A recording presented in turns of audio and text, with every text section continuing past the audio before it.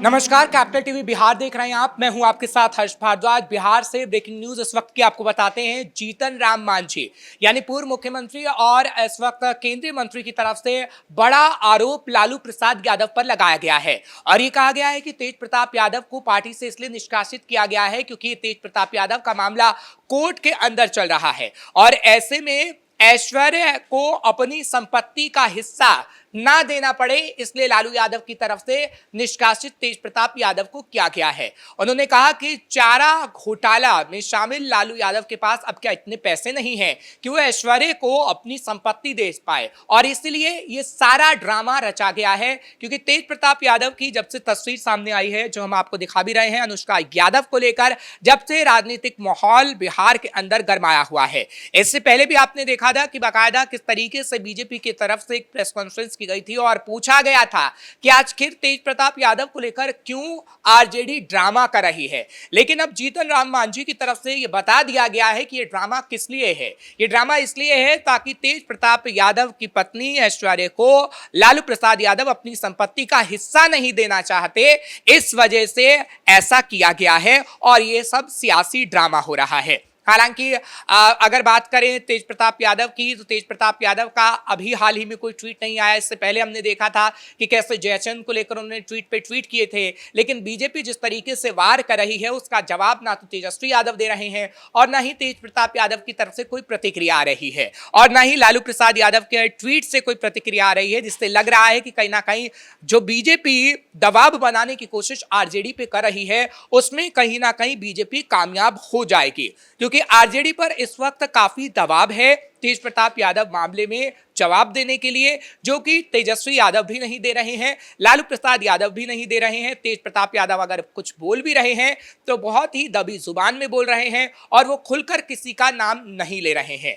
क्योंकि तेज प्रताप यादव खाली जब ट्वीट करते हैं तो बता देते हैं कि जयचंदो की वजह से मुझे निकाला गया है, लेकिन तेजस्वी यादव की तरफ से और लालू प्रसाद यादव की तरफ से कुछ भी बातें क्लियर नहीं की जा रही हैं।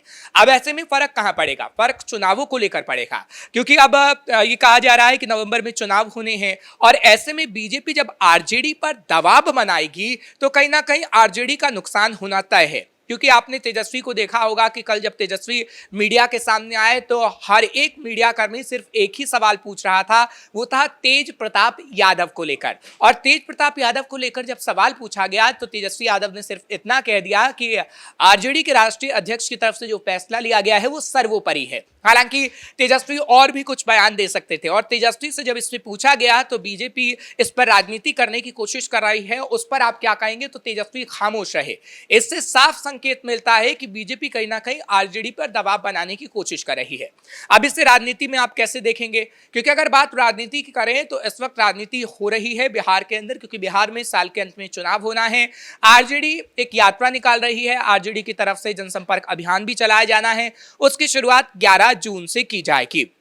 और ये कहा जा रहा है कि जब ये यात्रा निकलेगी तो खास तौर पर बीजेपी की और नीतीश की सरकार की नाकामी बताने की कोशिश होगी, यानी एनडीए की नाकामी बताने की कोशिश होगी।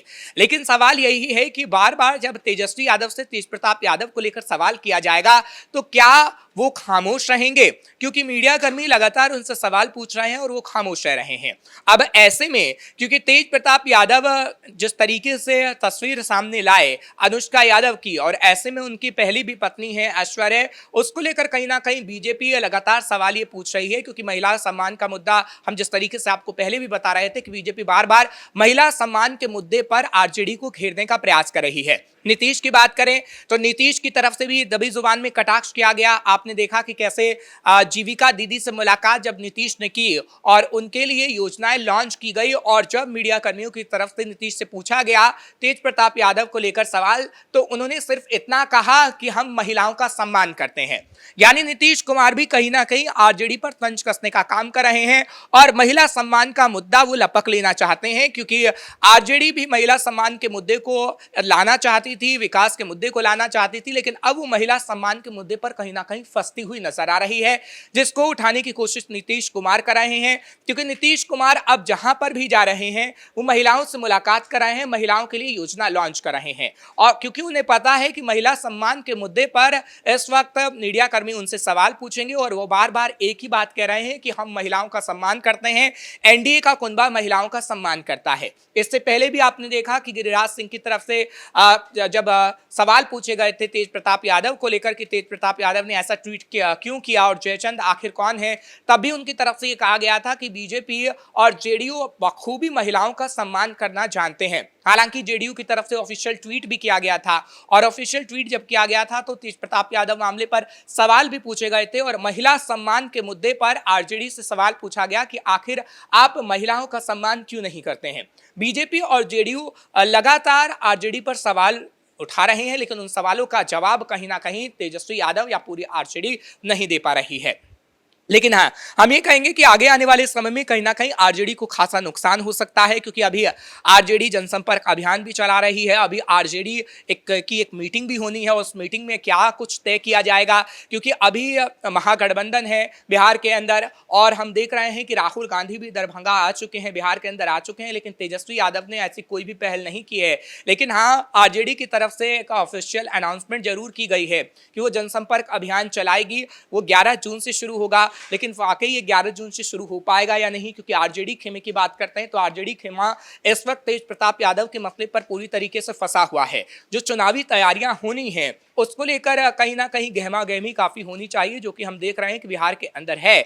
लेकिन आरजेडी का खेमा इस वक्त तेज प्रताप यादव को लेकर फंसा है और कोई जवाब देते कहीं ना कहीं तेजस्वी यादव को नहीं बन रहा है, जो कि हमने देखा था कि तेजस्वी यादव से जब सवाल पूछे जा रहे हैं तो वो इस पर सवाल से बचते नजर आ रहे हैं।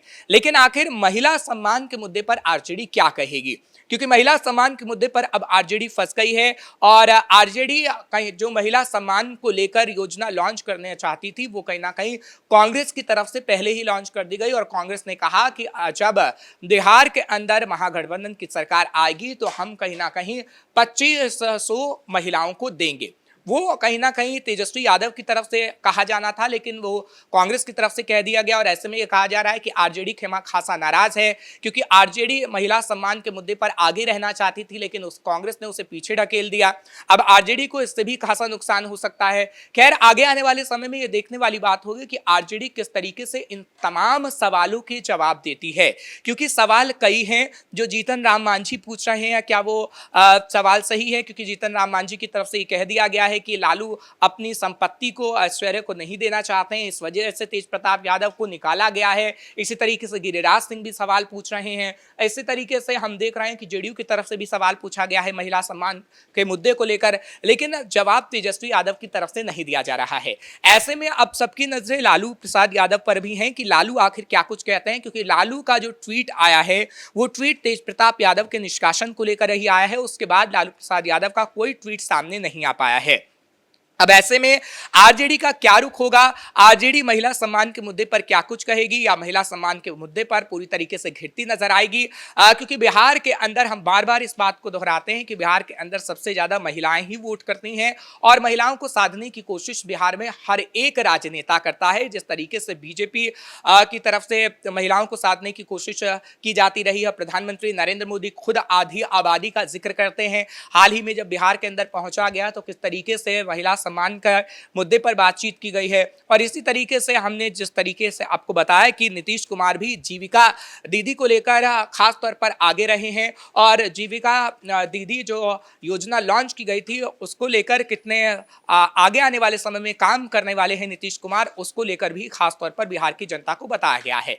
लेकिन आरजेडी कोई भी ऐसा काम नहीं बता पा रही है कि वो महिला सम्मान के लिए आखिर क्या कुछ करेगी, उसके एजेंडे में क्या है, क्योंकि बार बार वो नीतीश और बीजेपी पर खास तौर पर निशाना तो साधती है। पिछले दिनों भी हमने देखा कि सम्राट चौधरी को लेकर भी निशाना साधा गया और ये भी कहा गया जब तेजस्वी यादव ने हाल ही में बयान दिया कि बीजेपी और कहीं ना कहीं जेडीयू आपस में नहीं बन पा रही है और सीट शेयरिंग का कोई फॉर्मूला नहीं बन पा रहा है, लेकिन एनडीए के खेमे में सब कुछ ठीक ठाक है। जब हमने देखा कि प्रधानमंत्री नरेंद्र मोदी की तरफ से किस तरीके से कार्यकर्ताओं को जीत का मंत्र दिया गया है और सीट शेयरिंग का मुद्दा भी कहीं ना कहीं सॉल्व हो गया है एनडीए के कुनबे के अंदर। लेकिन आरजेडी खेमे में कहीं ना कहीं कश्मकश बनी गई हुई है, चाहे फिर वो तेज प्रताप यादव के मुद्दे को लेकर हो, या फिर सीट शेयरिंग के मुद्दे को लेकर हो, या फिर गठबंधन के मुद्दे को लेकर हो। अब इन तीनों मुद्दे पर आरजेडी फंसती हुई नजर आ रही है, क्योंकि तेज प्रताप यादव का मुद्दा तो हम आपको बता चुके हैं और गठबंधन को लेकर भी हम बातचीत कर चुके हैं। लेकिन सीट शेयरिंग को लेकर भी इस वक्त आरजेडी खेमे में हलचल मची हुई है,